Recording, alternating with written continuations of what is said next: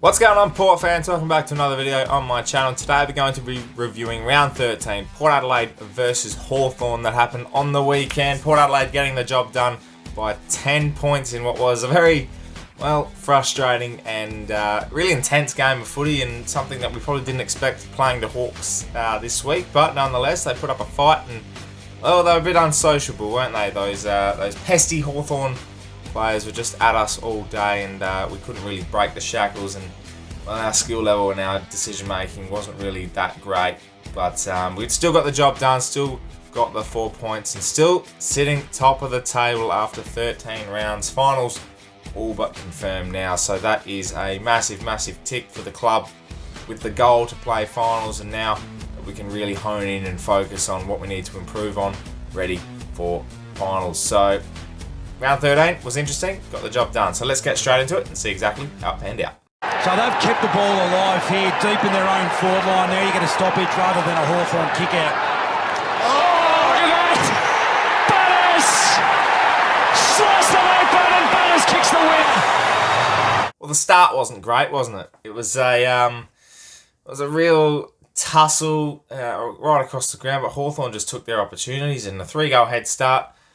When they could have made it 4, to be honest. There was one of those players where we actually did kicking a goal off the back of the transition, but 4 goals down in the first quarter against a 16th place Hawthorn side. You'd probably expect better from someone that's sitting top of the table, being Port Adelaide. So it's a couple of slow starts now that I'm starting to get a little bit concerned about. The one against the Dogs as well was a bit sluggish and a bit slow. Was it the Dogs? Or was it St Kilda? No, it was the Dogs. And then, now we played Geelong, and that was a bit slow as well. So, a couple are starting to creep in. I wouldn't be too concerned, but it is a factor to keep an eye on this week when we play Sydney. But I'm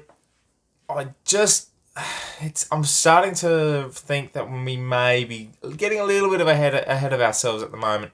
Considering, we've had a pretty consistent year. We've had 1 or 2 games where we've been a little bit off and just been punished. And what I'm really impressed about is the fact that we continually find a way to win. The resilience, it wasn't there against Geelong.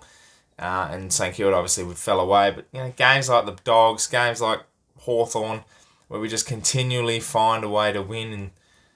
And, we might be put against it. It doesn't matter the opposition. And that's 2020 at the moment. It's so close. And we were able to find another gear in that last quarter. No, we should have probably smashed them. Well, not smashed, but we should have probably made it that 4 or 5 goal lead that I was expecting we'd win by. We had a lot of shots on goal, and once again, our goal kicking under pressure. And we're going to have one of those days where we will kick straight. We will punish the opposition for every turnover, for our pressure inside defensive 50 and attacking 50, and we will get to that point. But just, a few decision-making issues, you look at Georgiades with that dribble kick, and he deserved the spray that he got from Jason Dunstall. That was pretty epic. But, it's just small things like that. And I think, our decision-making going inside 50, again, it's been a highlight of fans in particular. We've had it for a couple of years, and the media is obviously starting to pick up on it a bit more, that we're not getting our goals from the big key forward when we were in the start of the year, and our movement inside 50. We get to that 70, 80 metre point where we're like, we'll just forget about all the small targets. We'll forget about lowering our eyes, and we'll just go straight to 30 metres out directly in front and pop it on Charlie's head when he's got 6 of the Hawthorn defenders on him.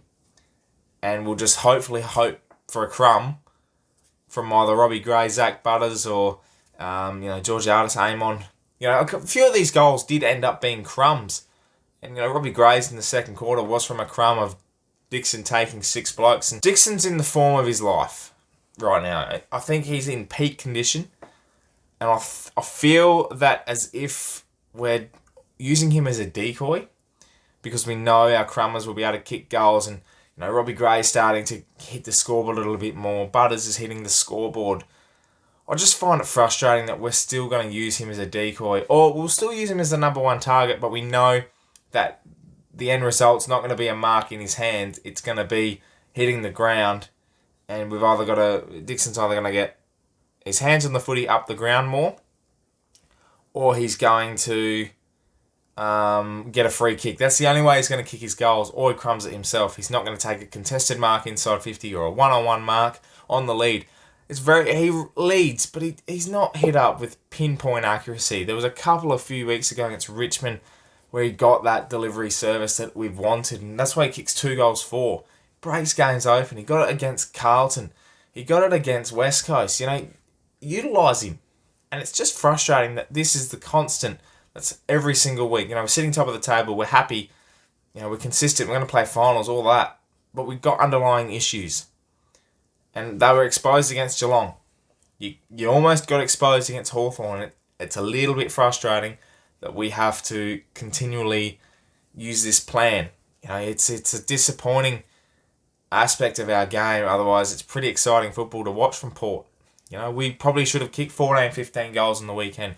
Charlie didn't. He kicked 2, and he had hardly an impact on the game. So imagine if you can get him an impact in the game, he'll kick 6 or 7. I've been saying it for a few weeks now. And I think he's missing Todd Marshall. Massively missing him because he kicked... This is an interesting stat today. He kicked 16 goals in 7 games, Charlie, with Marshall in the side. In the last 5 games Marshall hasn't played, he's only kicked the 7 goals. So that's a telling stat in itself. And obviously Charlie missed round 1, so 12 games, 23 goals. He's averaging just about 2 goals a game. But he was averaging 2 goals a game with Marshall in. Only 1 goal with Marshall out. So something's got to be done about that forward structure. But otherwise, everything else is pretty sound. Our midfield can be lazy at times, but when they're on and they're switched on, we're ready to go, they dominate. And we saw that in the second quarter when we had a pretty dominant effort. Last quarter, things stood up. So it's just small. They're big things, but they can be fixed pretty easily. And small adjustments every now and then can help the flow of that develop into a non-issue. Just want to highlight a couple of last quarter performances from a few of the blokes, because Hawthorn's pressure on the day was sensational. They were unsociable. They turned up. The likes of Burgoyne, Impey, Wingard, our ex teammates, ex players that used to play for the club. They were just really they had an impact. And, Frost on Dixon was still good, even though he had 6 on him. And just Hawthorn's system. Alistair Clarkson's a great tactician. And I highlighted that coming into the game, that Alistair Clarkson can outsmart any coach. He's still the best coach in terms of his mind and the way he plays his team. And he just knows football a lot better than others. And I think, if that almost exposed us again. Out the back football, they were quick with transition, and our press was too high. And in the last quarter, we sort of manipulated that a little bit better. Westhoff sort of went behind the ball a bit more. Lysette was a little bit more attacking with his ruck work, and his ruck work in the last quarter. I know the Butters tap was bloody brilliant. Silver service from the Butler Lysette, but his work ethic in the ruck contests, and I hope he gets up this week, because we need Lysette. We need consistency in his game, because he's one of the better ruckmans in the comp, and when he's going, and he can influence the contest so much better than other ruckmen, and the way he moves his opponent and manipulates the way his opposing ruckman in the contest itself. Yeah, he had a great last quarter. I think it's 9 disposals, and majority of the hit-outs, and obviously with the tap to Butters, it's just magnificent. And Butters in the midfield was just awesome. That last play highlights how much energy he brings to the contest, how attacking his mindset is when the ball's live. So I think he should get more midfield time. I'd like him to get more midfield time than Rosie, to be honest. When Rosie comes back in, I'd really like to see Rosie stay deeper in the forward half, because I reckon he can have a bigger impact there. And I know he's still developing his midfield ways and probably can be a better midfielder down the track. But try that. See if Butters goes through there. Obviously with Wines, Boak, these guys are sensational in that last quarter. Really lifted and really led. It's just small things. It was team plays. Power Pepper's his attack on the foot and his tackling. Wines' block in that last play, and just around the ground in general. They just stood up when needed, and that's all about that resilience and that leadership around the ground. And it was just, whilst the game is probably not the greatest of wins you'll see, and probably one we won't revisit back anytime soon, I think it's just these types of moments that is building this season. We saw Robbie Gray kick a goal after the siren. We've seen the showdown at Adelaide Oval. We've seen the Butters and Lysette play that is 1 in 100. It's just these small things that build a season that get you across the line. And by the end of the season, you'll look back and think, well, this is what got us to where we are. And it's just these small moments that build, that you put in your mindset, okay, we can do this. And you just keep building, that confidence keeps growing. And I think eventually Port will get there. We'll fix these small issues. But for now, we've got to focus on trying to just beat the smaller teams and really put an influence and put a statement out there, because at the moment, we're just going. Well, there you have it, Port fans. That is my review of round 13, Port Adelaide versus Hawthorn. As I said, still